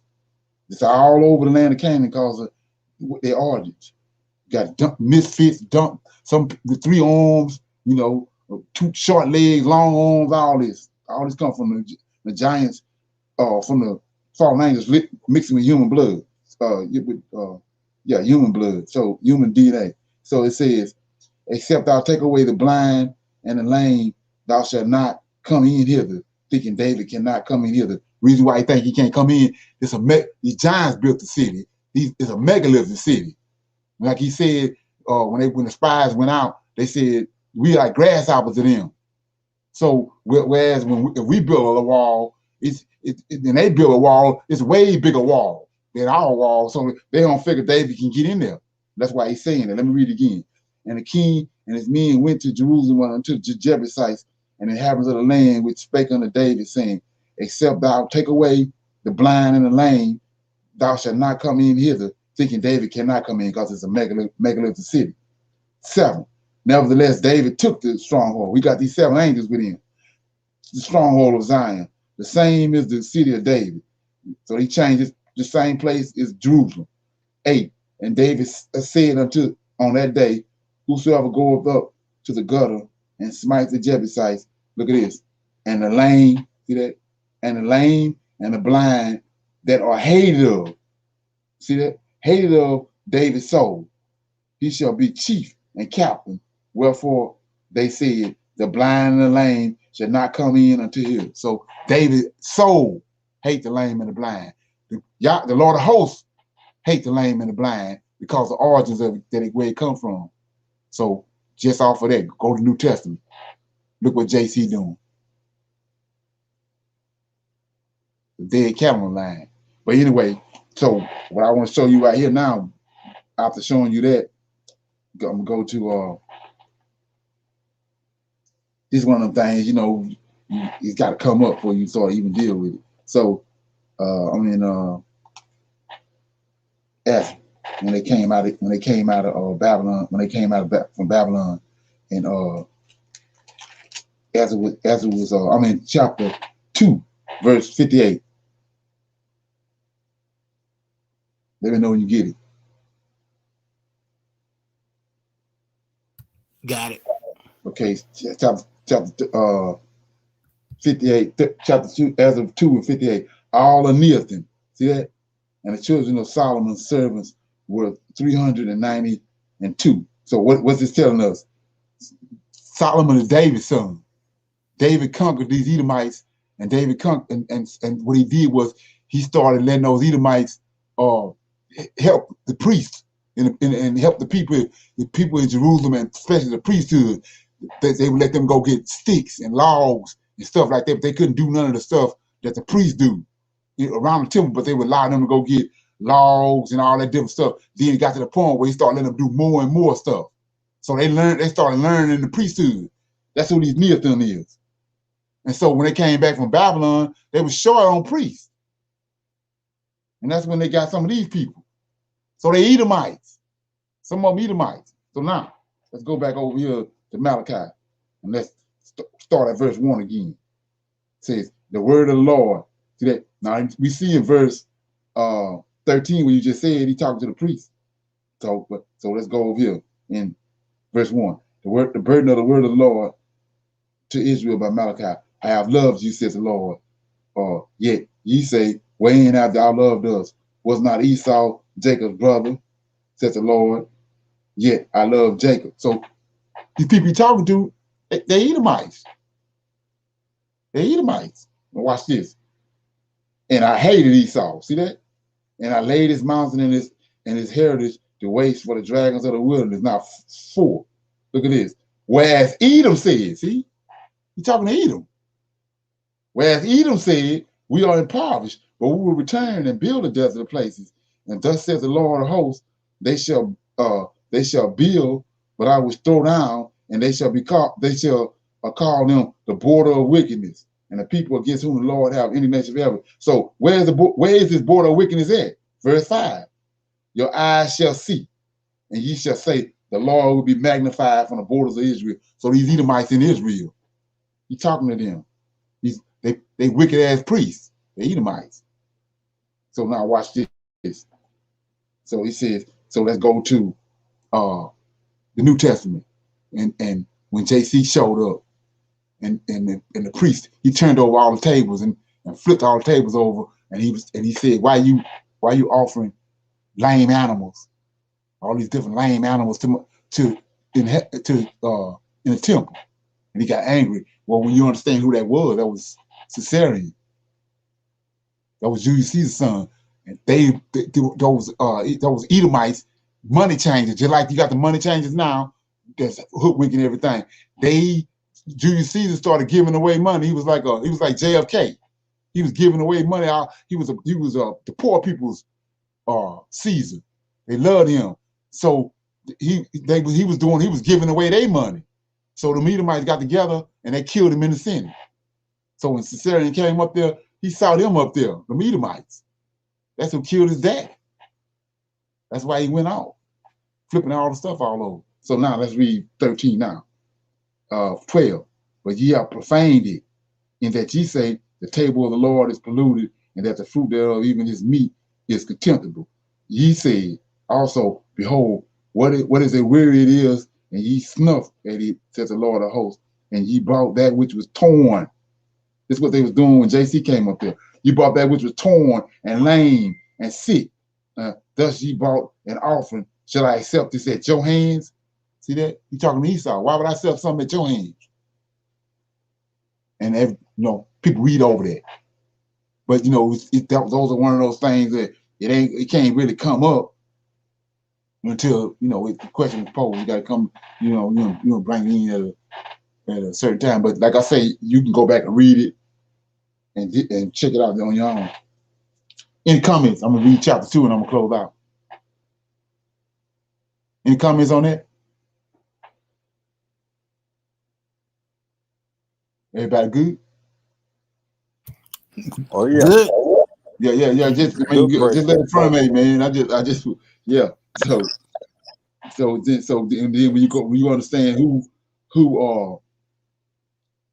these Pharisees, Sadducees, and Pharisees is the main Israelites. The Israelites on the west coast of Africa. So these Sadducees, Pharisees, and it seems all of them Edomites. They all Edomites. Let's go look at it right quick. And David hated the lame and blind. Right. And JC the lame and the blind can't heal them. Yeah. Right. He came here to them, laying hands on them. So we'll tell you right there what's up with him. Right. Well, that's a good point, Lamar. Well, then how can JC be out of David's lineage if his forefather hated it? Right. Hated the name of the blind. Right. And he Another blessed good point. Yeah.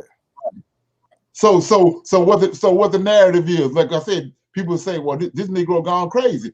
Well, what's the story? What's the story? The story is that Octavian came to kill Caesarion, Julius Caesar, Caesarion, Cleopatra, and Mark Antony. He killed Cleopatra and Mark Antony. She sent Caesarion away to a monastery. What the monks said. What the monks do? Heal people, lay hands on people.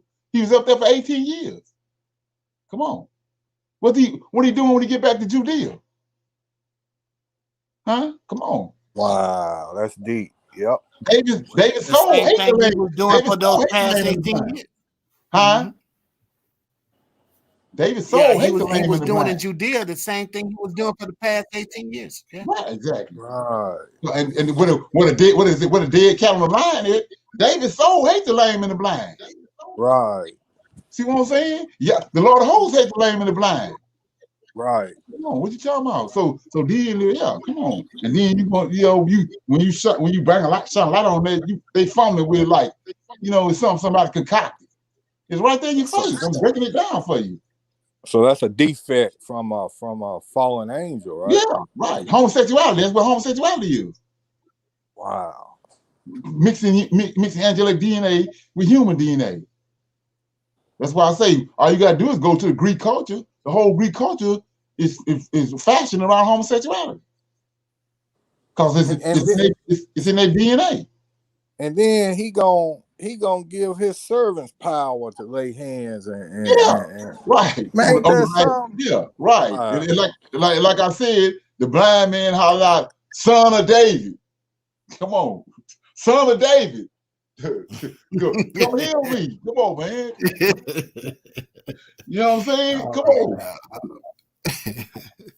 Ain't that so? Yes, man, them live pork chop eating. Man, yeah. Ain't that so?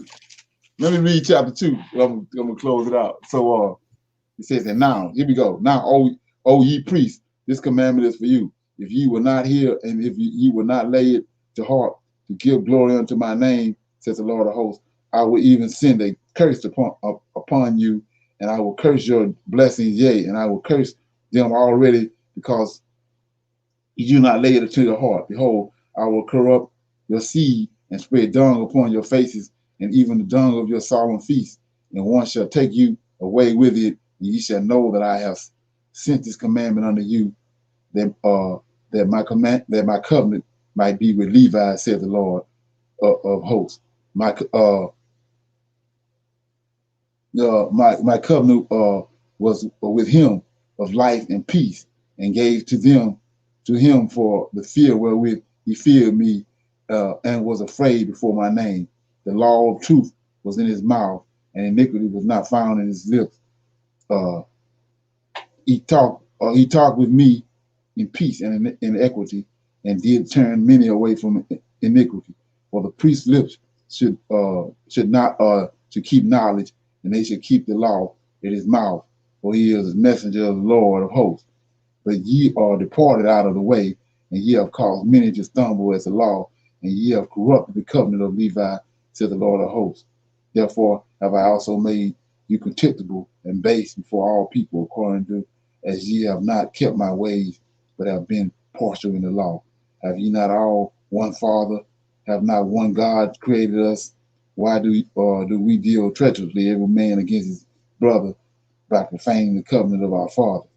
Judah have dealt treacherously, and an abomination is committed in Israel and in Jerusalem. For Judah have profaned the holiness of the Lord, which he loved, and have married the daughter of the strange God. The Lord will cut off the man that doeth this, the master and the scholar, out of the tabernacle of Jacob, and him that offered unto the Lord of hosts. And this have ye done again, covering the altar of the Lord with tears, and with weeping, and with crying out, insomuch that ye regarded not the offering any more, or received it with goodwill at your hand. So what he talking about right here is topaz. I don't know if anybody know about it. You know, Nimrod and Samantha had a son by immaculate conception. One of the 16 crucified saviors called Tomaz. Right. Right. So one of the ways of worshiping Tomaz was weeping. You go to the gate weeping, like they do now, like people do now. They're not understanding that that's go way back to it's abominable. So it says, and this have ye done again, covering the altar. See that? Covering the altar of the Lord with tears. That's the Tomaz, and weeping and with crying out, insomuch that you regard not the offering anymore, or receive it with goodwill. You ain't even dealing with the offering no more. It's all about crying and weeping for Tomaz. Right? So 14, yet ye say, wherefore, because the Lord have been a witness between me and thee, the wife of thy youth, against whom thou hast dealt treacherously, yet is she thy companion and the wife of thy covenant, and did not he make one, yet had he residue of the spirit, and wherefore one, that he might seek a goodly seed. Therefore take heed to your spirit, and let none deal treacherously against the wife of his youth. For the Lord, the God of Israel, says that he hateth putting away, for one covereth violence with his garment, says the Lord of hosts. Therefore take heed to your spirit, that ye deal not treacherously. Ye have wearied the Lord with your words, as ye say, when have ye wearied him? Or when ye say, everyone that doeth evil is good in the sight of the Lord, and he delighteth in them. Or where is the God of judgment? Okay. Any comments? I want to go to a couple more precepts what I was telling you about in chapter 1. Anybody got anything? Yeah, I got one, Leonard. Just verse 9 real quick. Therefore I have made you contemptible and base before all the people, according as ye have not kept my ways, but have been partial in the law. That contemptible base make me think about the Haitian people. And being that they are the Levites and priests. Exactly. That, right. Yeah, I just wanted to add that. Yeah, that's right. You're right. Yeah, you got to be in a certain place, to even get that, because a lot of people don't know who the Haitians are. Yeah. So let me get this right quick. I think it's in John. So let me get it right quick.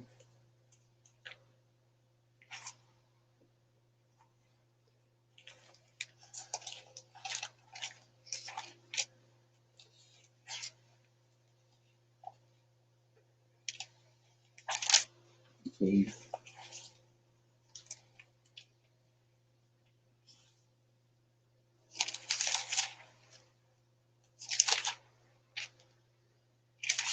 Yeah, I was just reading this the other day, but okay.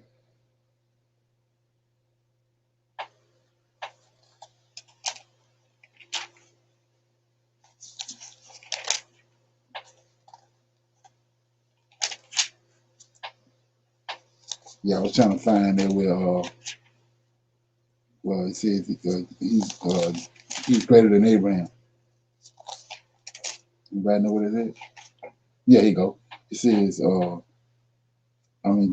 John chapter 48, and it says, I'm showing you these Edomites. It says, then answered the Jews, and that's Edomite. When you see the word Jews, them Edomites. Then answered the Jews and said unto him, say we not well that thou art a Samaritan and hast a devil? Jesus answered, I have not a devil, but I honor my Father, and you dishonor me, and I seek not mine own glory. There is one that seeketh and judgeth. Verily, verily, I say unto you, if a man keep my sayings, he shall never, these Sadducees, right, the Pharisees, that he shall never see death.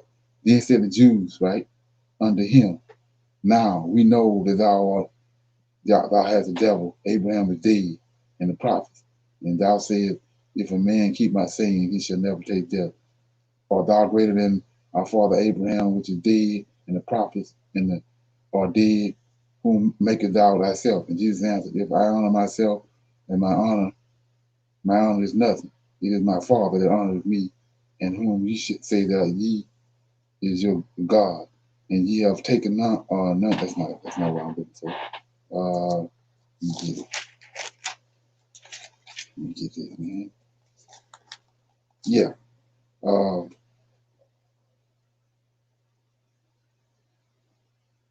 Okay. So right here it says, let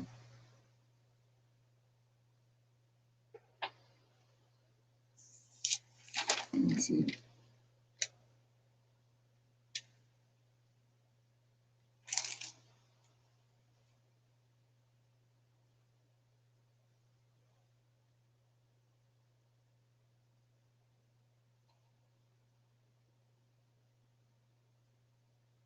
Yeah, here you go. I'm in 8 and 37. I know that ye are Abraham's seed, right? This JC talking to these Jews, right? And we know they Sadducees and Pharisees and all that. He says, 37, I know that ye are Abraham's seed, but ye seek to kill me, because my words have no place in you. I speak that which I have seen with my father, and ye do not do that which I have seen with your father. And here you go. Whoever these priests is, whoever these people is he talking to, they answered and said unto him, Abraham is our father. And Jesus said unto them, if ye were Abraham's children, ye would do the work of Abraham. But ye seek to kill me, a man that have told you the truth, which I have heard of God. This is not of Abraham. Ye do the deeds of your father. Then they said to him, look at this, we be not born of fornication. So what are you talking about?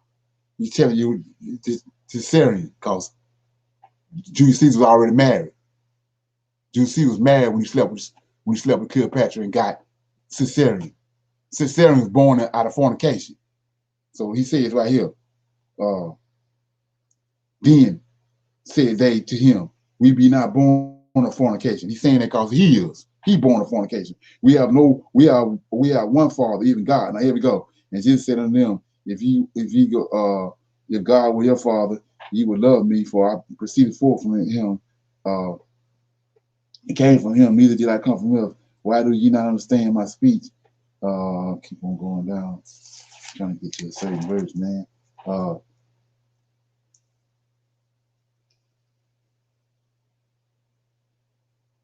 Anyway, I lost it. But he said that they turned around and told him that we never been in. You said we were in bondage, but we never been in bondage.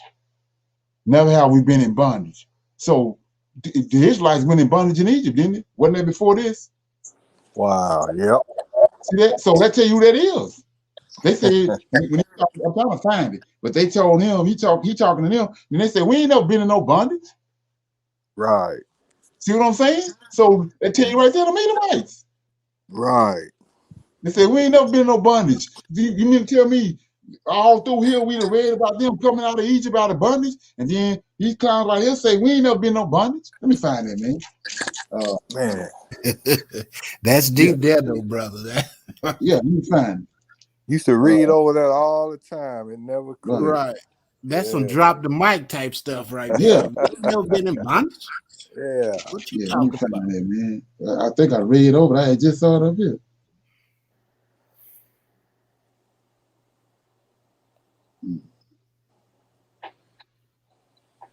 Can you Google that, man? Andre? Yeah, let's see. Can I find that?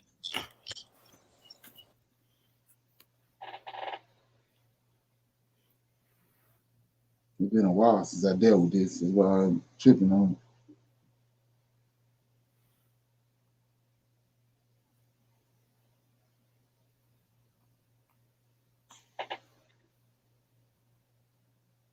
Yeah, here you go. I got it. 33. It's 8 and 33. He says 31. Then said Jesus to those Jews which believed on him, if you can see that the old Jews would believe on him. See, when you understand that this is Caesarian, man, it come alive.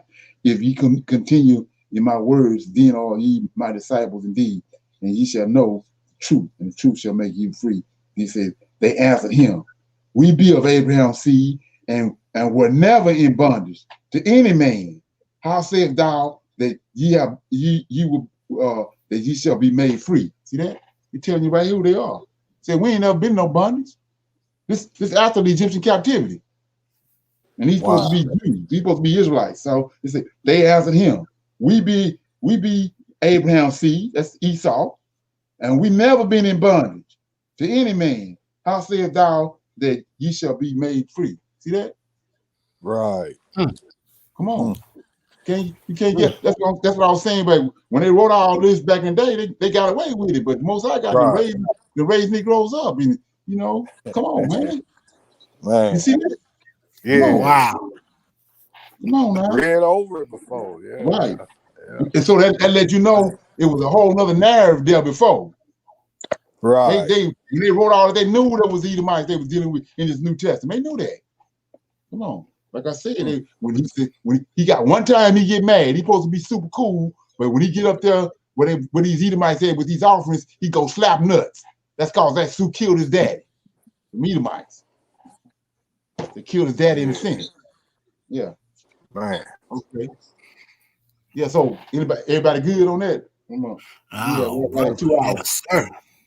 Yeah. All good. That was a great way to end. Okay. Man. Good. Okay. Yeah, I'm gonna see everybody tomorrow, man. Yes, sir. Shalom. Hey, brother. Shalom. Shalom.